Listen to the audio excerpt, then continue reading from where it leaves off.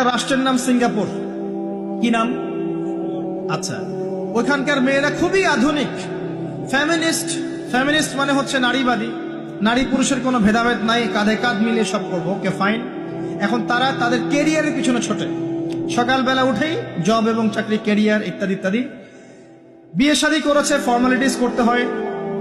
কেউ কেউ আবার ওই লিভ টুগেদার থাকে, কেউ কেউ মেয়ে মেয়েকে বিয়ে করে ইত্যাদি ইত্যাদি, কেউ ছেলে ছেলেকে বিয়ে করে, এমনও চলছে এখন আর কি। তো কেউ কেউ আবার ভুল করে বিয়ে করে ফেলেছে, এখন সন্তান হয়ে গেছে, একটা সন্তানকে তো মানুষ করার সুযোগ নাই, সন্তানকে ডে কেয়ার সেন্টারে দিয়ে এসেছে। আবার কারো কারো সন্তান নেয়ার মতো সময়ই নাই, ক্যারিয়ার নিয়ে ব্যস্ত। কথা বুঝতে পারছেন?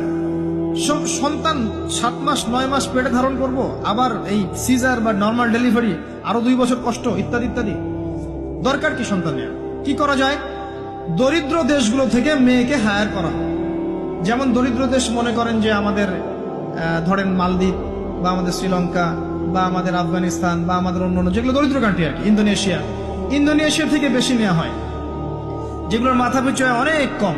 আচ্ছা, একটা দরিদ্র দেশের মেয়েকে নিয়ে এসে একজন পুরুষ স্পার্ম মানে শুক্রাণু, তার যে শুক্রাণুটা আছে, এই শুক্রাণুটা বিশেষ পদ্ধতিতে ওই মেয়ের ওই ডিম্বাণুর সাথে মিলিত করে ইনজেক্ট করা হয়।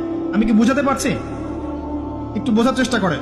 শুক্রাণুটাকে নিয়ে মেডিকেল সায়েন্সের এখন অনেক পদ্ধতি আছে, এর মধ্য দিয়ে শুক্রাণু ডিম্বাণুকে একসাথে একত্রিত করে গর্ভের মধ্যে রেখে দেওয়া হয়। এবার এখানে বাচ্চা কনসেপ্ট করে, আস্তে আস্তে আস্তে বাচ্চা বড় হচ্ছে। কার পেটে বাচ্চা বড় হচ্ছে? ওই গরিব মেয়েটা। আর শুক্রাণু কার? ওই বড় লোকের। কথা বুঝতে পারছেন কি? যার স্বামী আর স্ত্রী দুজনে ব্যস্ত, সন্তান নেওয়ার ফুরসত নাই, স্ত্রীর সন্তান নেওয়ার ফুরসত নাই, স্ত্রী ব্যস্ত ক্যারিয়ারের পিছনে, ফেমিনিস্ট। এবার 9 মাস এই মেয়েটাকে খুব ভালো মতো খাওয়ানো হবে, ভালো খাওয়ানো হবে, ফ্রেশ পানি খাওয়ানো হবে, ফ্রেশ খাবার, একদম তত্তাজা একটা বাচ্চা চাই। 9 মাস পরে এই মেয়ে বাচ্চা খালাস করলো, সিজার হলো বা নর্মাল ডেলিভারি হলো। এই যে বাচ্চাটাকে জন্ম দিল এই মেয়েটা, গরিব মেয়েটা, এবার এই মেয়েটাকে কিছু ডলার দেয়া হলো। তুমি 9 মাস গর্ভধারণ করেছো, তোমাকে পারিশ্রমিক দেওয়া হলো, বাচ্চাটা আমাকে দাও, তুমি বিদায় নাও। এই মেয়ে পারিশ্রমিক নিয়ে চলে আসলো। এখন এই যে বাচ্চাটা জন্ম নিল, এই বাচ্চাটা কার বাচ্চা? দাসীর না মনিবের? কার? কার শুক্রাণু আছে? এই হচ্ছে হাদিসের ব্যাখ্যা। এখন করতে পারবেন আপনি ব্যাখ্যা, আজকে থেকে 500 বছর আগে এই ব্যাখ্যা করতে পারতেন না, কারণ এই ফিতনা 500 বছর আগে ছিল না। ছিল না।